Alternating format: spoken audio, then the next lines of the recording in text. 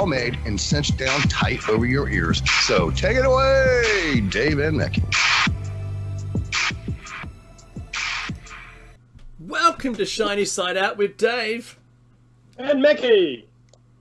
On WZZR, on Revolution Radio, broadcasting from Australia. We're in the chat room on the station's website, so chat with us while we're on air and see the links we share during the show. This is show number 451. 150 and 400. See, that works a lot better. Yeah, it does. And it's on air, online, and there's an app to listen anywhere, or you can listen at home on a Grace tabletop digital radio. If you missed Solaris' show, it was an awesome show. I caught most of it.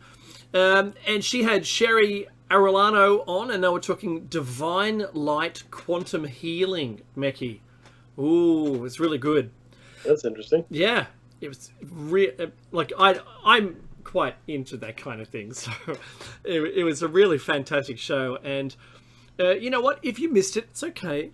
The station has an archive, and you can just subscribe to the archive, and you got access to, Solaris' shows, our shows, all those shows on Revolution Radio on freedomslips.com. Yeah, it's still currently free, actually. I tested that. It's still free, but I would suggest that if you like anything on the station, subscribe or buy some merch, because it is listener supported. So jump in and do that for yourself and for the station. Okay, it's only a couple of bucks, not going to hurt you. I think the access is like $5 US a month, and it's, you know what? I drink more in coffee a day. Actually, that's like an hour of coffee. Oh boy, haven't I had a lot of coffee today. Look, Meki and I, we acknowledge the traditional custodians of the land. When I live, it's the Darkinyung, and where Meki lives, it's the Rock people. Yeah, and we pay our respects to elders past, present, and future. I just want to jump straight in and say, look, we had a guest line up for today. Currently indisposed, can't get any 4G where they are, so and they're traveling, so it's not helping. But because Australia's sort of emerging out of lockdown, but promised they will be with us on another show. So today's topic, outside of the first hour being news, the second hour, and you have to jump to a different stream for that. That'll come up on its own, and I'll paste that into the chat room for the current stream. But we separate them now into two pieces, and we're talking about Bigfoot and Yeti, part 3 in the second hour. All right, that's further away. I'm using my what? I'm using my arms, Meki. I'm talking with my hands. I hear you. Yeah, there you go. I see ya. Yeah, I say, hey. Okay, look, I've got a Google Home device here, and I've got a number of them, and I started doing some custom things with phrasing, that if it hears someone say a specific phrase, you can give it an answer to give you. It's really cool. I've been playing with the kids. I've been playing with the family. So, yeah, just it's always exciting. I've got probably about 30 different commands now. They come up at all different times. It's really funny, Meki, because now you don't even have to say the like, hey Alexa or hey Google or anything. You don't have to say that anymore, which is good. It's always listening, and I never thought I'd say which is good, but it's actually really amusing. So I just want to say that. But Meki, the whole dead set week, I've been focused on the US elections. As would have been the rest of the planet. I did, yeah, completely right. And I can barely keep my eyes open, because I've been watching it almost round the clock, sleeping with the TV on, and waking up at different times to see if there's any outcome, anything new. And I wanted to jump to that before the virus update, because it's pretty crazy. So, I mean, look, just... yeah. Yeah. Well, look, it is. It's nuts. I mean, the daily new cases, like you said, have topped 650,000. No, that's globally. 650,000. No, this is a day from the testing. These are the tested. that's people, tested. Yep. Right? That's a lot, just in case anybody. And the thing is, it's not slowing down. Yeah, and maybe if we stop the testing, and I've got a graph, Mickey. I've got a graph. So there's the graph showing the spike. So it's only getting worse. So last week I think we had 500. Now we've got 650. Next week, let's say 750 to 800,000 a day. We're seeing these numbers escalate so great now that this is. Yeah, it looks unstoppable. Well, it is because there's no cures, no vaccine, so it is ultimately unstoppable. Yeah. There's that phrase again, Mickey, vaccine. Yeah, or we lock ourselves away in our houses, which has been happening. Yeah. In Australia, though, I must say, we seem to be doing a lot better, and especially in Victoria, which is the southern state here in Australia. Because we've chosen elimination as the strategy. Well, yeah. That's what we chose, not what we're doing, but that's what we chose. Yeah. And new cases, we registered about 6. We've got 1,300 active cases in Australia, and one of them is considered serious or critical. A lot of more young people. That's the shape of this. The profile of those getting infected now, the age profile is completely different. 30s, 20s, 30s. Yeah. On respirators, not just mild symptoms, but on respirators. I've been following it. India seems to have. I've got a graph for that, Mickey. I've got a graph that compares. Perfect. Hey, wait. So here we go. So India has eased off somewhat. But again, can you know for sure? Because America remains the one country which has the most tests. Half the population almost has been tested in the States. Doesn't mean you can't get it after you've been tested, but 156 million people were tested. And other countries are doing well, not as well, but in India I'd say only about, what does it look like, about 7 or 8% of the population have been tested, not 50%. So I don't really trust those numbers. But the numbers that we do have, and the numbers such as they present themselves from the tested people, Dave is right. It's a very sobering thing. This is not anywhere near stopping. And the northern hemisphere is moving into winter, whereas we're here in the southern hemisphere moving into summer, and hopefully that might be a better thing for us, right? And Dave, what do you think about the lockdown? Yeah, so the UK lockdown, absolutely necessary to get that under control, because I'm not seeing a pleasant direction for them. However, you know what? Look, we've spoken about what does it truly mean? What does all of this truly mean? And there's a lot of word. Sorry, I shouldn't say that. There is a lot of discussion at the moment from everybody in the higher ranks of society. I think they're outside of society. They're above it. You know, deep state, deep church, global control, new world order, all of these things, great reset, all of these wonderful phrases. You know, what does it really all truly mean? Look, if we're all compliant, great. You know, George Orwell was right. But taking it back to the virus, I think the lockdowns are really important.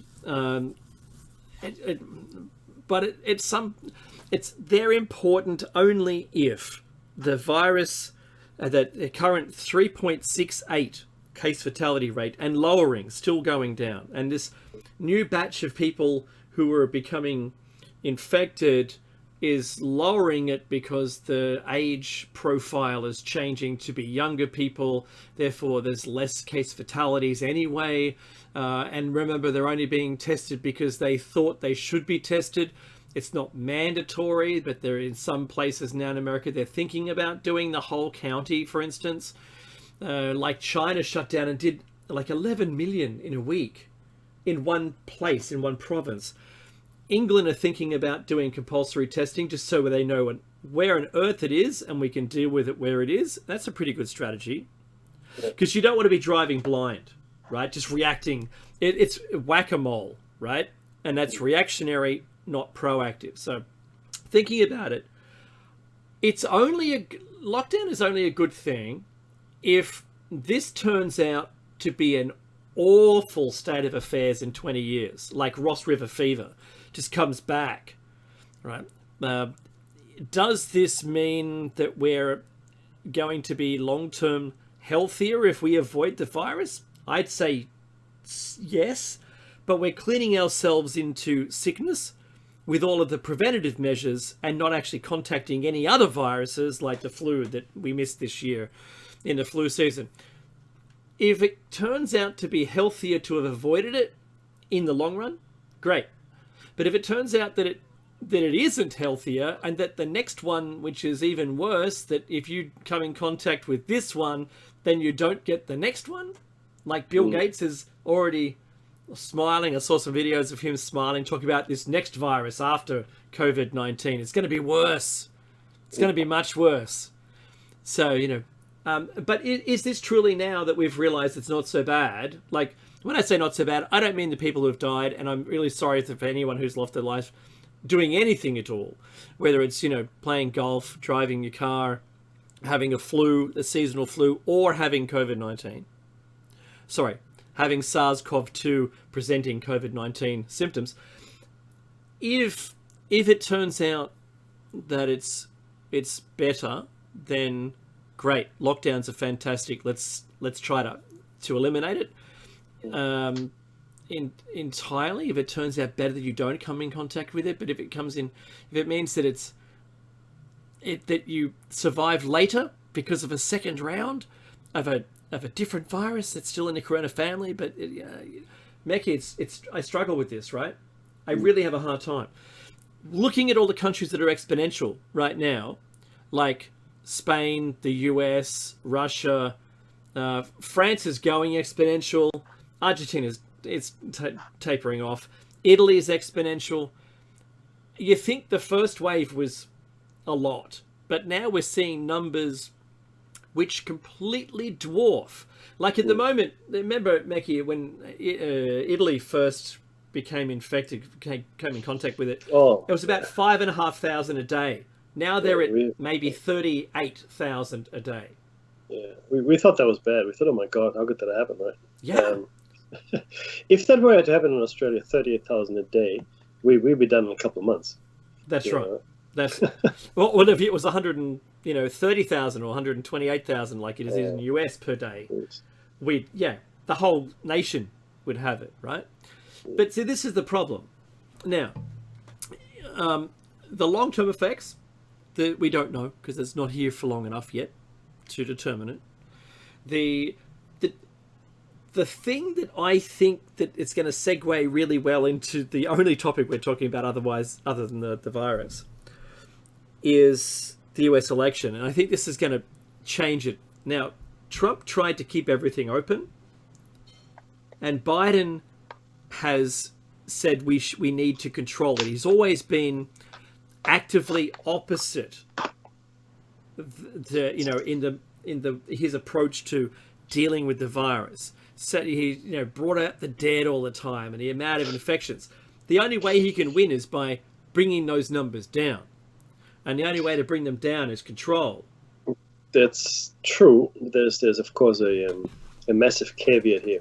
Yeah. And the caveat is that the actual transition of power is not until January 20. Yeah, that's right. So there's 2 months where Donald Trump is still president of the United States, and Joe Biden at this point, and let's be clear, I want to be very clear on this, at this point is the president-elect. Why do I say at this point? Because, well, in Georgia, they're going into automatic recount, right? And that's not enough, though, I think, for Trump. So let's say if Georgia was found to be, in fact, having come out on Trump's side, that's still not enough. So President Donald Trump will have to go ahead and launch legal action in other states where he feels that is necessary. So let's just be very clear. This thing isn't over by any draw of the imagination. In fact, it is just starting to get interesting. And Donald Trump will take it to court. We know that much of him. He's not a gracious loser. Doesn't think he has lost. Thinks he has won. Said so on election night, pouring fuel what an Oh already, yeah. raging blaze. And it's really interesting. But Dave, you're right though. I mean, so the only way to get this thing under control, the Biden way, would be to lock everything down. But Biden or Joe Biden wouldn't have the chance to do so until February or March at the earliest, once everything is starting to get into motion there for him. And not only that, right now he might have Congress, which is good. So all the things that he wants to do, Congress will probably ratify. But Senate is at this point not decided. If the Senate stays in the Republican hands, the Senate's 48-48. Yeah, I know. But it's a on the Democrat 50-50 side, split. It includes two independents. If those two independents decide to flip, then it's a Republican majority. Then right? he's a lame duck president.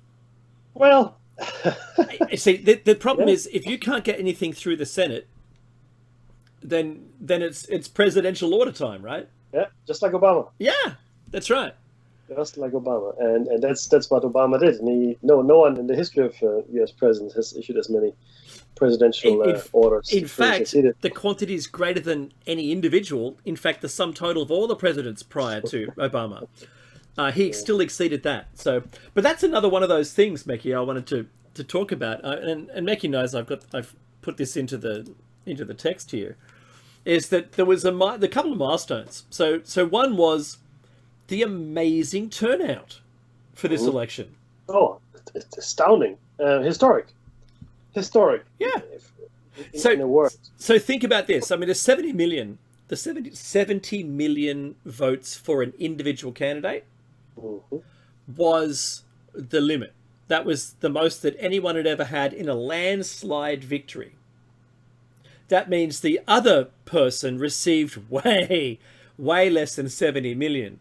And that means the total amount was about maybe 80, 85 mil. But we've seen like 140 mil. Maybe it's greater than that. Plus, no one, there's no point in history where the votes have been so large. The voting base has been so large. People with a truly emotional connection to candidates on both sides of the fence, I suppose, if you had a line down the middle. No time in history has it ever been so great. That's right. I mean, that says everything, but it also means this, Meki, that the whole country is as divided as the Senate. It's polarized. But exactly, everything. It's exactly. But the Senate is a perfect reflection of where the United States are today. Yeah, and the United States have come to a point where, well, this is still a functioning country, right? Because clearly, half the country has got one experience, and the other half has got a completely different experience as to what is happening. And it doesn't matter who they are and how they are, that's whatever. right. Yep. They just don't. And it's really disturbing. We've got family in the United States, in Texas, up in Washington State, in California, and it's interesting. They're scared, right? People are scared. They don't know what's next. I mean, what's going to happen? What is the way forward, right? Again. Yeah, I know. Yeah, the calendar. You know the calendar that we. I hear you. Yeah, I know, right? It's not clear. I had fake alien invasion for November, but I was wrong. Hey. Right? But Meki, the challenge, right? The challenge. I think the biggest challenge, when you look at the virus figures, the biggest challenge is by when is it? January? February? Which one? Oh, if the president-elect is January 20. Yeah, right. So if we're looking at the numbers now of there being some crazy 127.3 or 0.4 thousand people a day right now, if I do that curve out, we're looking at maybe 1.5 million people per day being infected with the virus and then having to control it at that point. I think it's done and dusted. I don't think there's any more things you can do at that point. I think it'll be too much to deal with. Look, when it first started a year ago, I thought, well, this is maybe not it. Oh my God, it has been a year. It has been a year, and now that we are where we are, I am convinced that this is in fact the event that we have been talking about for the better part of 10 years. That's right. Which will stop the awareness cascade. Can't have that. Anyone. Can't have it. No. And we're not going to have it because I think the mood, the vibrational energy of the planet. I know this is going to sound a bit airy fairy. That's okay. Following Solaris' show, this is perfect, right? Yeah. Oh, good. Yeah, the vibrational energy of this of the planet right now is completely wrong for any ascension. Mm-hmm. And it's astounding. I mean, for me, it was always an intellectual exercise, Dave. I'll be honest with you, right? Mm-hmm. Put the formula together. Look at the Fibonacci sequence, see how it comes out, compare it to population figures, and where do we end up? All right. And this, for me, it was always an intellectual exercise. I guess I'm an academic at heart, and now that you see it, I can only think of the people that developed the atomic bomb. I imagine that it was an intellectual exercise initially. Can I do it? Can we do it? Can we build the bomb? Is it done? Is it something that it doesn't never mind whether or not we should do it? Just can we do it? And then all of a sudden it was there. Dave, it was there, and they go, holy moly! I didn't expect that. And then they saw the destructive power. I mean, intellectually they always knew what it was, right? But to see it is a very different thing. Same with this. I've been talking about this with Dave for a long time, mm-hmm. and we've talked to you about this now for 10 years. And to see it arrive is a very different thing than to intellectualize about it. Okay? And it's disturbing. And it's oh yeah, remember the movie Die Hard? Mm-hmm. But it's best Christmas movie ever. Yeah, but this was the third or I think this was the fourth one. Yeah, right. Yep. Where the former government employee, the hacker tries to take on everything. Like he shuts down electricity, shuts down all that. That's right. Yep. And the kid that's helping Bruce Willis, and I forget the actor's name. He's in a lot of stuff. He's quite good. But he's a hacker, and he always see how cool it would be. He thought to see it all, just fall down and come down around him. And then when it actually is happening, he said, "It really isn't." And he goes, and then Bruce Willis goes, and this is probably one of the best actual moments in action movies. Was this is real people we're talking about here now, right? And that's the truth. It's real people we're talking about here. You can intellectualize about the zombie apocalypse, Russian invasion, mm-hmm. Asteroids hitting the Earth, aliens coming down and turning us into dog food, and you can talk about a pandemic hitting the globe. You can talk about it and intellectualize about it, and even fantasize and imagine it. But and it actually happens. Here comes the phrase: when you see it happening, it's completely different, right? Yeah, it's a completely different thing, and all of a sudden it's real, right? And that's where we are. And that's where we are, Dave and I, with our show as well. And here we are, the culmination of 10 years. Not a prediction we wanted to come true. I don't know. Flippy is asking, we're discussing the virus if it really exists. Look, Flippy, I don't know what this thing is. I know there is something there. I know people are dying. I know the economy is being destroyed over it, right? So if the virus is there, then, so it is. If it isn't, then something else is there that is destroying our economy, that is killing people, that is, putting people into hospital and giving them this, all kinds of symptoms. So if it's not the virus, it's something. For simplicity's sake, Dave and I have chosen to talk about the virus because everybody knows what we're talking about. Do I know if it is there? No, I don't know. I haven't seen it. I'm not part of the research. Do I know if it isn't there? No, I don't know that either. I actually don't know either way. And ME is a Mandela effect. Somebody yes. ME, meaning if a lot of people remember Nelson Mandela dying in the 1980s in prison. And I did. Of course, I remember that. Yeah. That was the side that I knew. And I had some dim recollection of him dying as well, but I'm not too sure anymore because clearly he didn't die in this in reality. He in fact became president of South Africa. So that's an ME. An ME is a what the debunkers call a false memory, and people that have it call, well, this is what I remember. How come no one else is remembering it? In some instances, it's only a few people or even one person that remembers it. And in other cases, it's a whole raft of people. The most famous one, I think, is probably Berenstain and Berenstain. So the Berenstain Bears is what you see today. My kids are watching it this afternoon.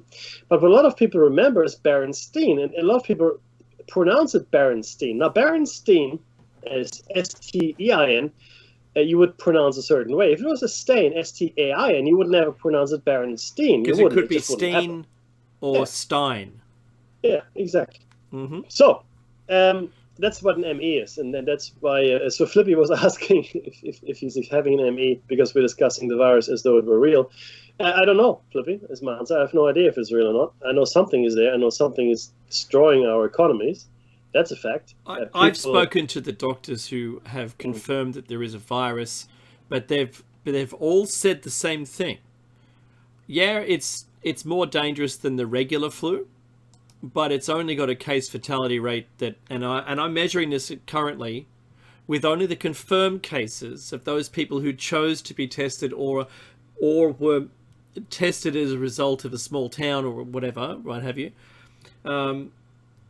that have ended up in medical care, right? That's the other caveat. So there's 3 different groups, and dying with the virus doesn't mean dying of the virus. You've got to also take that into account. And all the medical practitioners are completely aware of what that is. Yeah. But the testing isn't, there's no autopsy to prove that they died of the virus. So at the moment, I'm counting only a case fatality rate of 3.6%. But if the estimations from the university professors are correct, it could be like, it could be as low as like 0.1% case fatality rate. I just need to... with all of those asymptomatic people out there that never got tested. Yeah, so Do It Dirt asked me if it's biotech. So the answer is it's possible.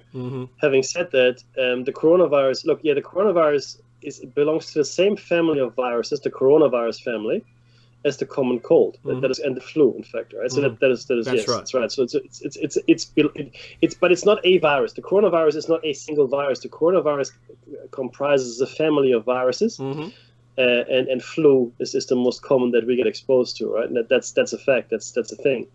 Now, bear in mind though, this is for somebody out there, as well as for I think it's somebody, no, not somebody, Flippy as well. Yeah.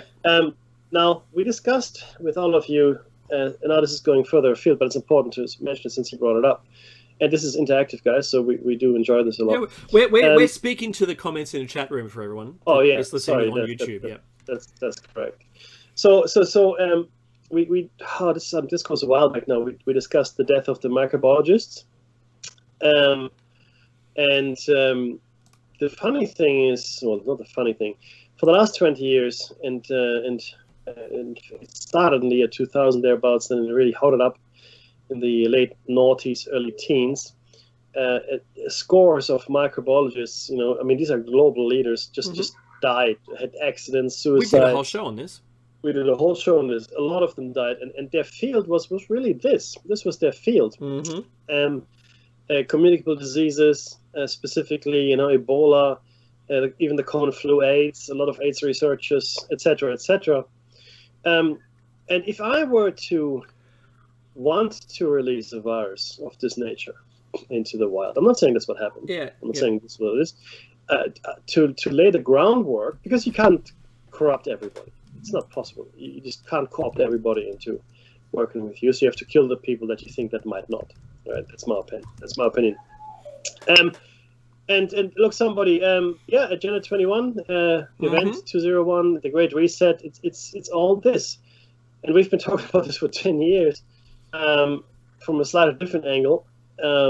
But ultimately, because of the way this thing is growing, and we don't know the long-term effects. So Flippy, let's assume here for a second. Let's assume for a second there is a virus. right? And people are getting sick of this virus, and let's call it let's call the expression COVID-19. Let's call it that. Mm-hmm.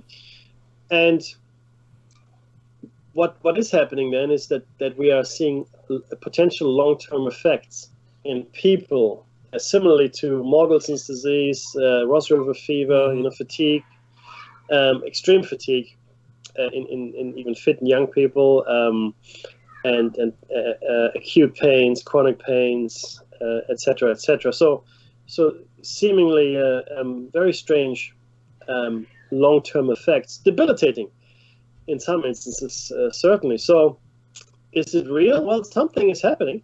If somebody's got a better explanation for me as to what's happening, I'm all ears. I really am. Right now, I don't know. I don't know what it is. Right? I see it. I see people are sick. I see hospitals overrun. I see economies collapsing. Right, Dave? That's what we see. So wait till that part, the latter of Mecky's, the world economy. Yep. So destroying the world economy is one thing. The WEF, the IMF, the UN, and another one, I forget who they were, have all declared the Great Reset.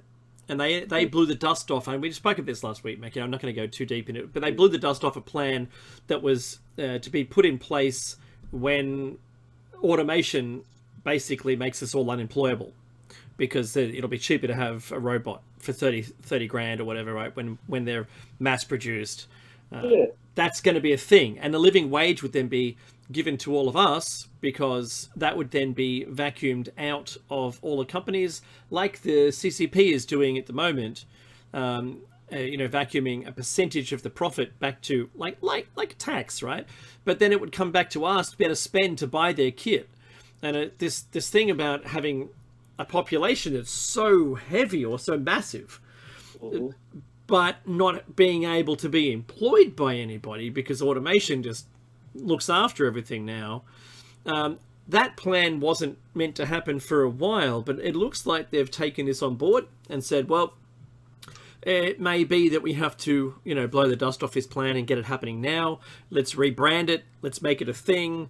Let's green up the planet. Why don't we take this opportunity to do it all now? So between now and the end of January is when this is meant to play out.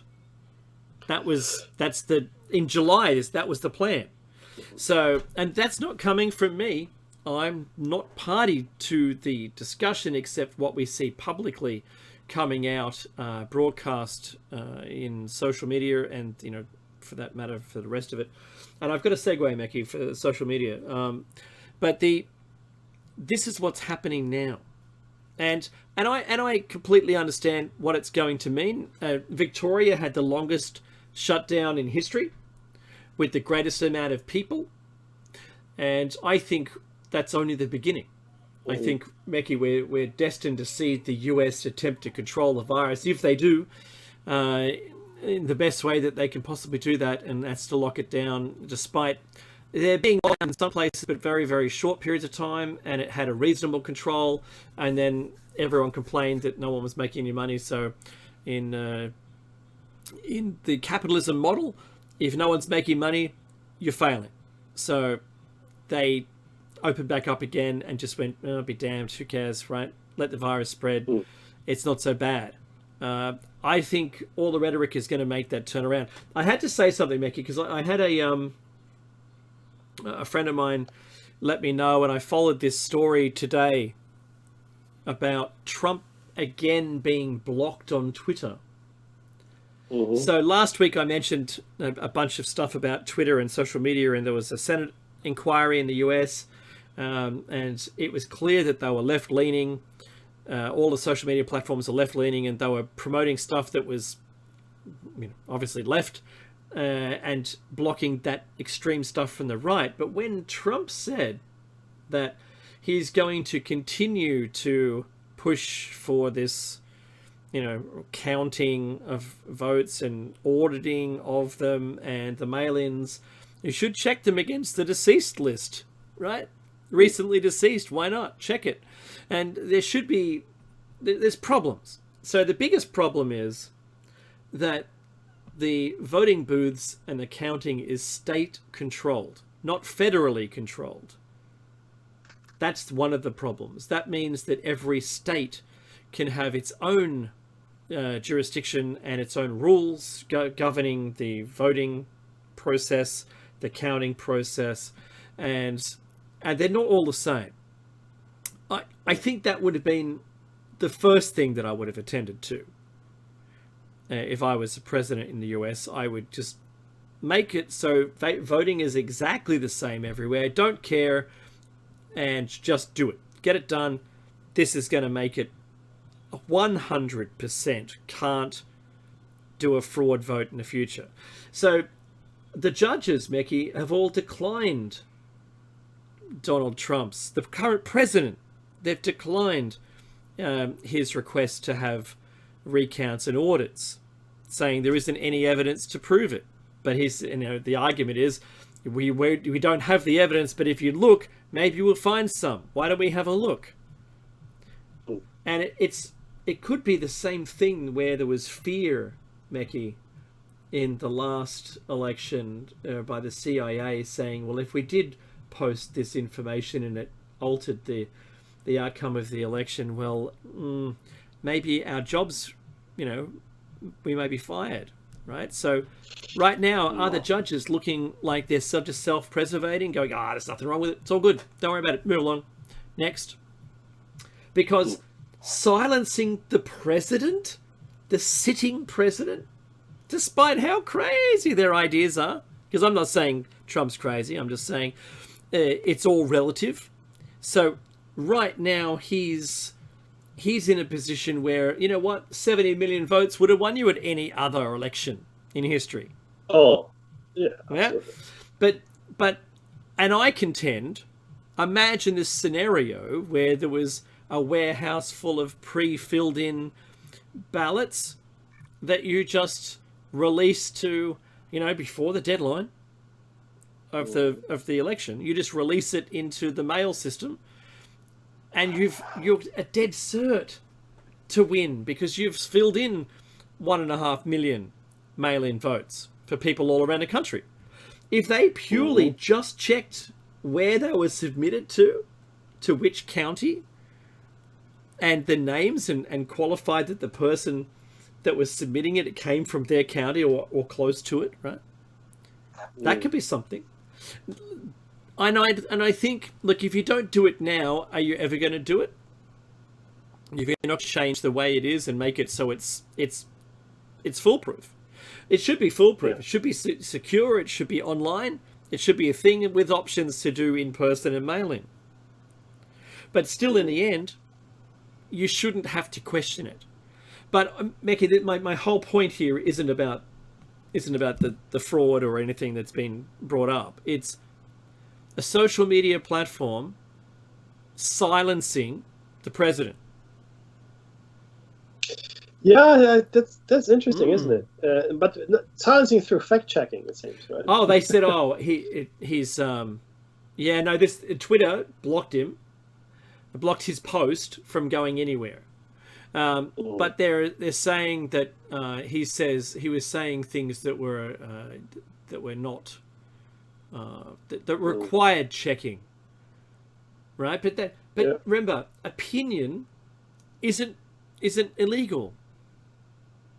So I can get on Twitter right now and I can say anything I want, as long as it doesn't cause someone harm. Right, but there's a qualifying thing that. Because I'm not famous and I don't have 1 billion people watching me, right? I know, right? And I'm not the leader of the free world. However, if you're questioning, simply questioning, and I suppose from an opinion point of view, if you're questioning the validity of the votes that have beaten you, I think that's a valid question, and I think it should be pursued. Yeah. That's right, but you can't make allegations of fraud without any proof. I think that's what an issue is. Completely. It's all about the shadow you cast. What do I mean by that is, right? You might say something, you might do something, you might, and people hear it, see it, and these people look at you a certain way. Maybe they hold you in esteem, maybe they look up to you, whatever it might be, right? It doesn't really matter. And the more of that you have, the longer your shadow is, right? And the bigger it is. And so your impact your impact on the world is disproportionately large, especially with the social media platforms. Right? I mean, it would have taken a long time before any of the politicians' utterings would come out. Because, you know, a reporter have to capture it. You know, forget that. Like before the internet, I'm talking about, right? A reporter was to write it down, then it would be printed in a newspaper, or they would make they bring their own statement. You know, as well. They release their own press statement. But it did. I mean, there's a certain amount of effort that would be required to do that. Now, boom, press of a button, gone. Yeah, because you would have also had to run it through legal. A whole bunch of people. Yeah, that's right. 100%. So that's really where we are, Dave. Right? That's the new world. I can't really blame them for, I guess, blocking some of the stuff. I mean, I would expect them to block other stuff. I mean, if Joe Biden goes out and says, "Oh, you know, Donald Trump is an alien spy," you know, I would similarly expect, okay, that's clearly not something that you should be saying. And you shouldn't block. But I don't think it should be blocked. It's okay. I'm not saying you're wrong. My opinion is that I believe that the people can make up their own mind. No, I said people. Sorry, but I think a single person can make up their mind, maybe, right? But is it because of the control? So then, who says that if the New York Post wrote the article and vetted it enough, saying the president is questioning the validity of the voting system, and then I post that, that's something different. But when the person says it directly on Twitter, I don't see that the outcome is different. I think the audience is greater on Twitter. It's the language. Yeah, the language. It's the language that's used, and it's the intent of the language. So if you said, if the New York Times reported that, or the president, you know, questions the validity of the voting system, well, there would be enough of a bomb to cause a stir. But that's not what Donald Trump I know. said. I've actually got. I'm not going to show it, but I've got the text. Yeah. It's a fraud. It's you know, there's fraud, and they're stealing the election, they're doing some really bad things. You know, they didn't allow observers in, etc. And these are fairly clear allegations, right? That's true. They didn't let. It wasn't bipartisan. Viewing of the audit. Yeah, so that's alleged. Is it true? I don't know. The point is, this is why it needs to go to the Supreme Court to see if there's a case, right? So I mean, Bob can say what Bob wants, and John can say what John wants. Ultimately, you need an arbiter. In this case, if it comes down to it, the arbiter is the Supreme Court. Look, it's all about grounds. Do we have grounds to go to the Supreme Court? Now, just to recap what I said earlier, so Georgia is an automatic recount. It's just how it is. It's within 0.5%, you must recount. Other states, and this is really the thing you mentioned earlier, every single state has got different voting rules. These votes are not controlled by the federal government. Right. The way these votes turn out, like how they're counted, you know, what's happening in each state, and when they're accepted. I mean, you know, at a certain point in time, your mail vote has to come in, or it can't be counted, and that also differs from state to state. The point here is, though, that you as the sitting president of the United States, you're disparaging the very system that you're meant to uphold and defend, right? You know, he said, "Oh, it's always going to be a problem with the postal votes. The post office is horrible." Well, then fix it. You've been president for 4 years. If you're saying it's horrible, then, you know, put some money in the post office and then fix it. And it's also setting the scene. That's right. Because the Biden campaign said, yeah, please use your postal votes, make sure you vote, postal votes, da-da-da. Whereas Trump said, no, don't use the postal system, you know, just go to the poll on the day, da-da-da. So it's very different messages. So clearly people listened to Biden that voted for him, and they went for the postal vote. So I don't think it's a shock that so many postal votes turn out to be in favor of Biden. What we need to I listened to both parties talk about the postal votes, and Trump was arguing for there being solicited, not unsolicited, mailing of, and a registered form and a process, which I believe would probably have solved some of the issue in advance of there being an issue. Yeah, but that would then see, the thing is, you can't make people vote, right? in America, right? You can't. No, that's it's right. up to them if they I want know, to go or right. not. And this time around, I mean, the turnout has been phenomenal, as we've said earlier. What do I? I mean, do I care? Look, I care. Ultimately, does it make a difference if Trump or Biden are president? Trump has taken the United States and the world in a very different direction. Is it a bad direction? No, it's just uncomfortable. It's a direction that the world hasn't gone in 60 or 70 Well, we're years. seeing that from other leaders too. Yeah, but none of them have the impact that he does. Xi Right? Jinping has said basically he's going to stay until he dies. He changed the rules after he was elected. But that's a different system. I get it. It's completely different, and the expectation. I mean, I guess the expectation was. I mean, same with Putin in Russia. He finds ways to stay in power. Good on him, right? I know. Good for you. So, but this is a changing world. Is what my point was. Yeah. Oh, completely.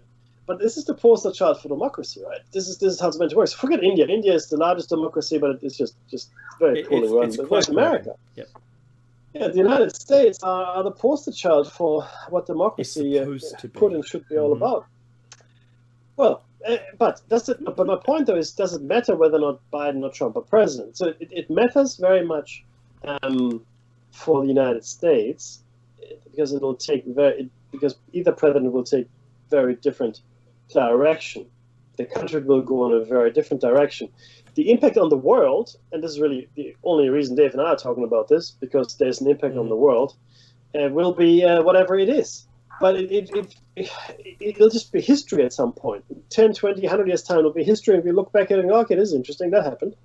You know, the people that were involved in the 30 Years' War, World War I, World War II, you know, in the burning of Rome, they weren't thinking, oh, geez, you know, it's the right thing to do. It was just a thing that happened. And to some extent, this is the thing that's happening now. Did Biden win the election? Well, it seems he did. Was there any chicanery? Was there any fraud? If there was, I guarantee you, Dave, and all my listeners, Donald Trump will not rest until he's taken every single person to court and had his day in court and his say. He completely. Will, right? That's what Donald Trump does. He will not sit down and call. He's not going to call Donald. He's not going to call. He won't concede. Joe Biden tomorrow and say, "Oh, Joe, that's well right. done." That's traditional. That's not going to happen. Yeah, not going to happen. Not going to happen. Al Gore. Look, let's not forget this happened before. Right. George Bush Jr. wasn't it? And Al Gore. You know, Al Gore took George Bush Jr. to court over the Florida chits. I don't know if you remember this, but the machine was meant to punch out the voting cards, and it was called the hanging chit when it didn't punch it out properly. But if it didn't punch out properly, it wasn't counted. Those were the rules. If they had been counted, right, then Florida would have gone to Gore, and Gore would have won the election. For example, right? So, are we here in a similar scenario where I mean, if fraud was committed, it must have been committed at a phenomenal scale. I could imagine the case where like I've given my example already, but I can imagine it occurring in a system that doesn't have tight regulation over it. See, this is really where it's sort of the United States is very quick to send electoral observers to other countries, you know, so-called banana republics, and but you know there was actually a European observational mission in the States, observing the voting, and they didn't find anything amiss. What does it mean? I don't know. But the point is, if there was something amiss, if something were to come out in the wash and say, hey, this is not the way it should have been, then it'll come out. It'll come out before January 20. I guarantee it. If there's a shred of evidence, but there has to be evidence, Dave. This can't just be some person saying it. Okay, this is my opinion. Like, okay, Mackey says the election was a fraud. Okay, Joe Biden stole 20 million votes. Okay, and he stole 50 electoral college votes. That's I can say that all day long. Doesn't make it true. Right? If there is evidence, it needs to come out, and certainly the Republican as well as the Trump machine are big and powerful and money loaded enough to facilitate that. But why don't we go with the third candidate if we can't come to West? Joe Jorgensen. No. Joe Jorgensen came third in every state. Joe Jorgensen is a libertarian. Yeah, right? Small government, etc. Yeah, no. Look at the ballots. Every every state, Joe Jorgensen came in third. Now, his vote count was in the tens of thousands, not in the millions. But if we can't come to an agreement between Trump and Biden, let's not go for either. Let's go for Joe Jorgensen. That's what I say. Small. So being a libertarian, he's all for small government, as little federal government as possible. That's what libertarians platform, right? Anyway, but that's my compromise. Everybody in America, if you're listening here, go forward and just put it out there. Joe Jorgensen for president. I don't live there, but I would have voted for Kanye. I saw a meme, Mackie. I didn't capture it today, but there was a meme with Trump and Biden and Kanye, all as children, playing a video console game with wired console controllers. And Biden and Trump are having a great time. However, Kanye's crying because his controller's not plugged in. And that, there's very few memes. I have to say, I probably have 1,000 things that I see a week in social media, and it's very rare for me to almost spit my breakfast out having a look at some of them, and that was one of them. It just went up my flagpole, and I appreciate a good humor where you find it, and I think censorship and the virus and the elections. I don't think we're going to see a declared winner maybe for a while if Trump gets some success with his declaration of where he stands at the moment with the virus. With the elections. We're not going to see an outcome, as Mackie said. I think until the president-elect is in seat. If it doesn't get pressed out till July or something. Yeah. So once Trump vacates the White House and Biden is actually moving in, I'm not going to hold my breath. I'm just going to see how this is going to develop. Because right now, I'll be honest with you, I don't think it's as clear-cut as everybody seems to think. Oh, yeah, I mean, our prime minister congratulated Biden on winning and all that. That's all nice. That's nice. But this is not the reality on the ground. You have 70 million Americans that voted for Trump. A lot of them armed to the teeth. You've got 70 million that voted for Biden. Comment, and they did. Yeah, I mean, either way, right? So Mackie and I, we don't support it, any rioting or any violence. We don't support it. Just saying that right now. But given that the nation is polarized now with pretty equal numbers, I mean 74 to 70 million so far, I wonder, I saw the Black Lives Matter grouping outside the White House ready for there to be a problem, and I don't want there to be any problems, but it's early days, and maybe December is when things might escalate and there might be some violence going on. There was another African American shot dead by police, and I'm so concerned from a global perspective. Hey, calm the hell down, guys, right? And don't. But if we have to wait and see what happens, because I'm not in control of any of this. We're commentators, like sports commentators. We watch what's happening and bring you updates. It's what we're doing.